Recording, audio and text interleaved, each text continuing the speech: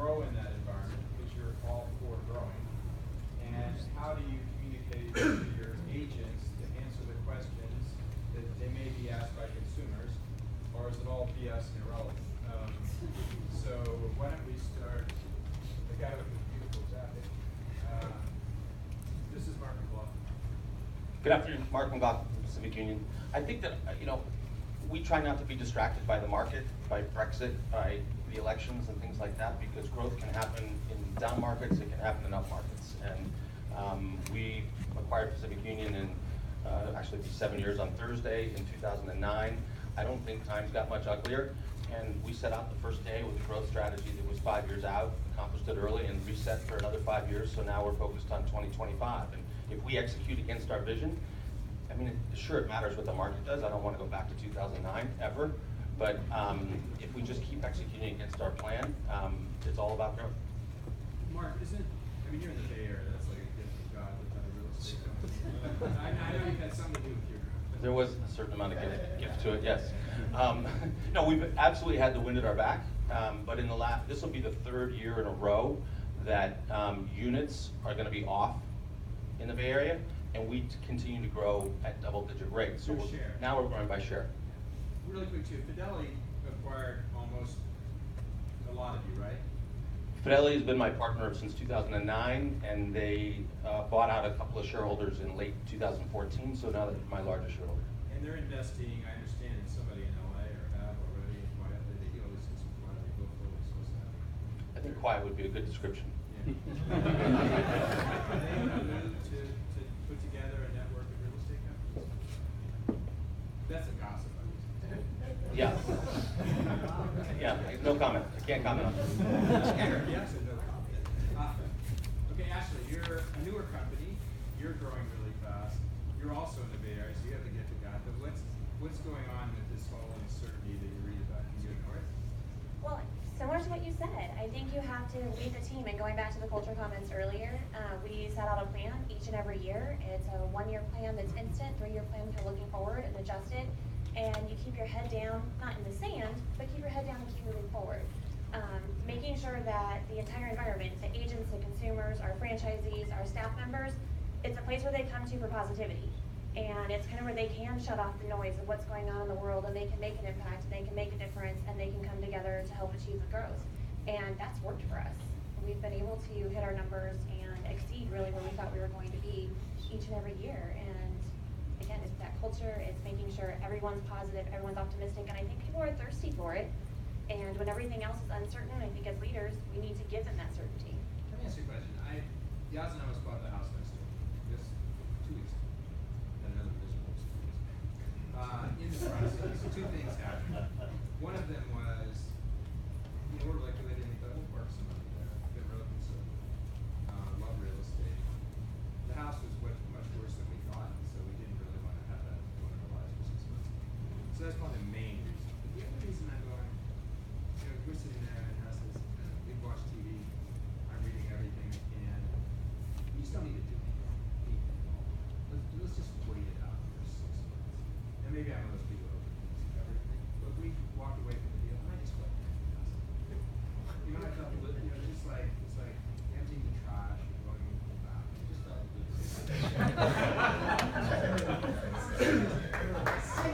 There's more people like me out there. Like, what specifically do you say for people like me? I mean, Billy, you got rich people sitting there. Yeah, what do you tell them? I think we have to take control, and not to get political or anything, but I think that we have to take control. I think we have to make a difference, and it's in a sense time to take the country back and make those decisions. And it's people with money and with influence and that have a vision that can get out there and do that and come together, and let's make sure we don't go back to those numbers, and let's do everything that we can within our power, not to be naive about it, but to take control and kind of challenge each other to take some risk and that we feel comfortable with, obviously, but just to make a difference ourselves and take accountability for it. Sometimes we lack accountability, and just to really take accountability for what our futures look like. That Chicago, the Midwest, people are straight shooters. You're not in the Bay Area. Is me what I say crazy, or people just don't feel like what do you say? Yeah, our market is interesting because, I think right now we're the murder capital of the world, and we probably have the worst budget in America, and we have gridlock politically where it's impossible to get anything done, and our market is fairly stable, it's flat. So I think a lot of what you say is true. At the same time, I think it's very market dependent. We have a lot of major corporations moving their headquarters back into the city. We're primarily an urban company. Our tech scene is thriving, nowhere close to San Francisco. We're third in the country, but there's a lot of buyers being generated there. So our market, believe it or not, we feel it's very stable. And from a growth side of it, we're still looking to grow as long as it's profitable growth. We've watched some people grow very expensively, either buying brokers, buying managing brokers, paying for big office space, and then you look at it at the end of the day, and whether it's their margin or their profitability, whatever you're measuring, it might not have been smart growth. So we're looking to grow really using our head and trying to capture market share that we've already had with our existing brokerage, but also figuring out different markets where we feel like we have a competitive advantage and we don't have to sacrifice our margins in order to grow. So, Keller Williams, SpaceX and real estate, you guys are like, wow, how's that happening in this environment? What do you think about it? A year and a half ago, and in fact, I think you were there, Gary started talking about, the market shifting. And It's shifting bad.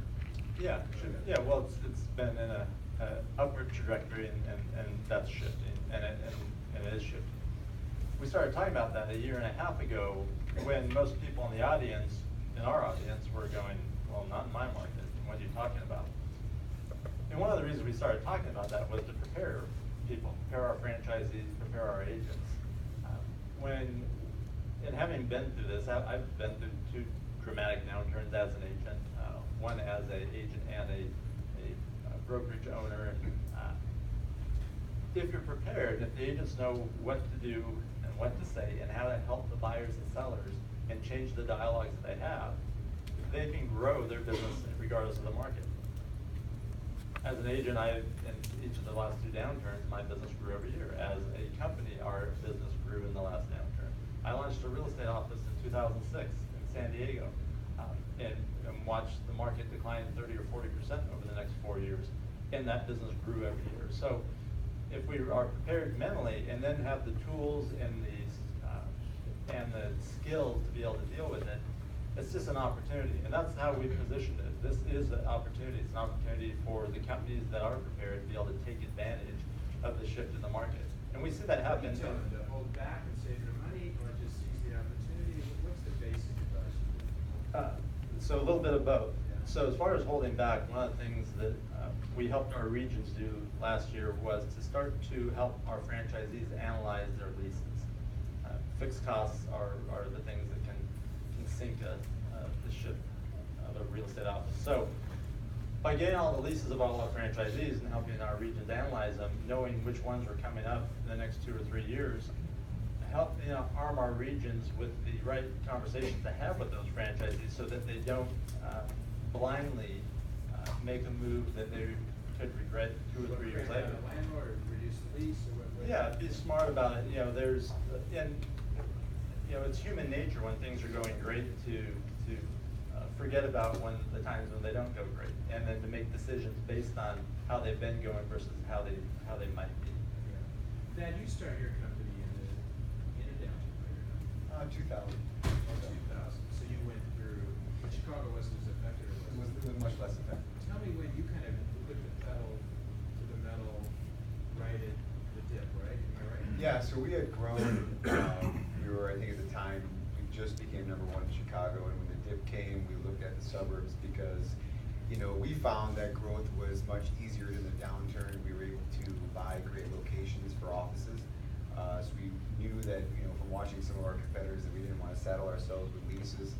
And we saw that during the downturn was the easiest time to grow because a lot of existing brokers that had a lot of talent and had a lot of history of success were feeling disenfranchised because where they were working was affected by the downturn like everyone else, and they were shuttering offices and reducing staff and taking away holiday parties. And so there was a lot of depression, and people were looking for a solution. They were looking for something different. So we brought that out there for 4 years, and we grew a ton. And so you grabbed share during that? We grabbed market share during the And you were downturn. like, were you capitalized by investors, or were you organic? No, we've never taken on investors, Yeah. so we were never gratefully, because I think that during the downturn, we have been beholden to some really bad decisions that we saw being made from our competitors, from other firms that had investors where people were freaking out.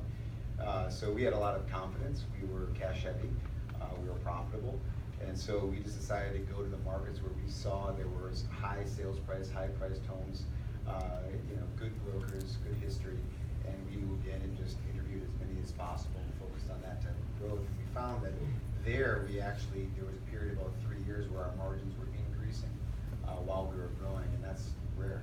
Someone told me you're really profitable. What? Your company's really profitable, is that true? We're profitable. Yeah. I think that we have a group of 13 large privately group companies that we share finances because we don't compete.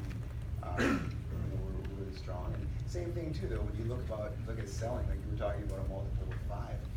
We've seen and heard of multipliers, closer to 6, 6.5, and then with efficiency they can get up to 7. So if somebody's really interested in selling, and everyone's always waiting, right now is a really great time, and that's why you're seeing so many mergers and acquisitions, because people are willing to pay more than they ever have in the past for real estate companies. That issue also because of that business is great. No, because we're profitable. The problem with taking on an investor is sooner or later the investor wants to see a return, and you have that pressure, and then with that pressure you might not make the decisions you would make without it. Mark, when did you buy Pacific Union? What was that year? 7 years ago this Thursday, 2009. So you did it. It was pretty scary. It was a downturn, even in the Bay Area, right? Yeah. Did you have some crystal ball, or did you just anxious to buy real estate? There was a lot of it that was lights and timing. I was in the right place at the right time. But anybody that knows me knows that I wake up terrified every morning, and failure is absolutely not an option. So that's just the way I'm wired. But we went from 2.2 billion to we'll do 8.2 billion this year, and we've never taken an outside dollar since the day we closed. We've done it all through internally generated cash, and it's very profitable, and we just feel that there's a sense of fiscal responsibility that has to come with this industry, and I'm not sure that some of the names that have been kicked around are demonstrating that. Any questions from the audience? Congratulations to each of you on your success. As we always say at Connect,